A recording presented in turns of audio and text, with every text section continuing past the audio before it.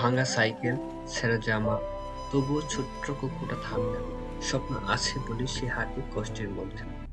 দেখো, দুই ধনী কুকুর বাইক চালিয়ে এসেছে। গরিবটাকে দেখে হেসে ফেলে তারা, যেন তার কষ্টটাই মজার কিছু। শুধু গরিব বলে ওরা তার ভাঙা সাইকেলটা ফেলে দিল।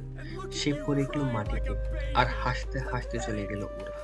চোখে পানি, হৃদয়ে ব্যথা, তবু সে উঠে দাঁড়ায়। কারণ হার মানা তার স্বভাবে নেই। যে সাহায্য পায় না, সে নিজে নিজের ভরসা হয়।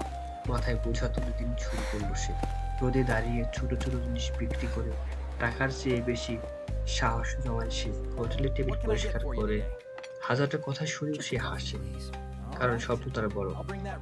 রাতে না ঘুমিয়ে খাবার বানায়, সকালে বাজারে বিক্রি করে। প্রতি টাকায় লুকিয়ে থাকে তার সংগ্রাম।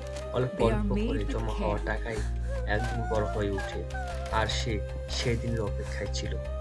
অবশেষে তার স্বপ্ন সত্যি হলো। নিজের পরিশ্রমের টাকা দিয়ে সে কিনলো একটা নতুন বাইক। যারা একদিন তাকে অপমান করেছিল, আজ তারা অবাক চোখে তাকিয়ে আছে।